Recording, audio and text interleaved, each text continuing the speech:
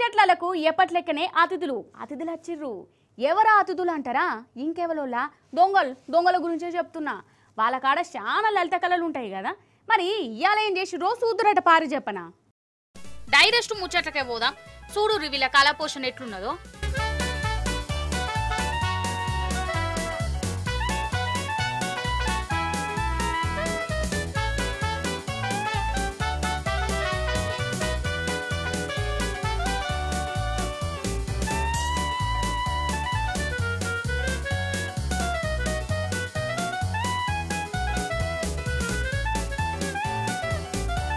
వాయమ్మో, or నాయను, or దేవుడు, ఏంది అసలు?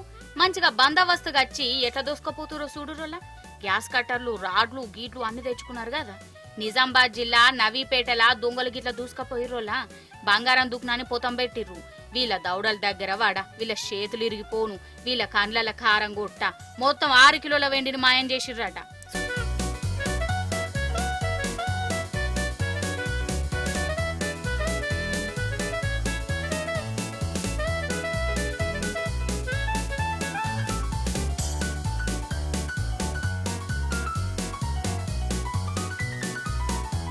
చూసినవా ఎట్లా మోపాయిర్రో?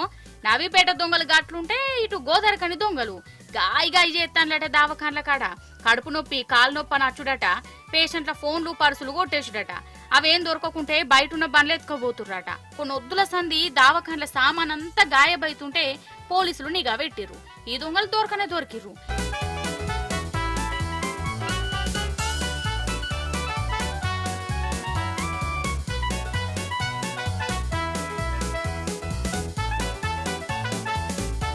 కాదు, రాత్రంతా జాగారం ఉండి ప్లానింగ్లు గీనింగ్లు వేసుకుని గింత కష్టపడి దొంగతనాలు, దోపిడీలు చేసే బదులు ఏదన్నా పని చేసుకోవచ్చు కదా. చెయ్యరు. వాళ్ళకు దొంగతనాలు చేస్తేనే కిక్కత్తది కావచ్చు. గట్లనే ఉన్నది కథ.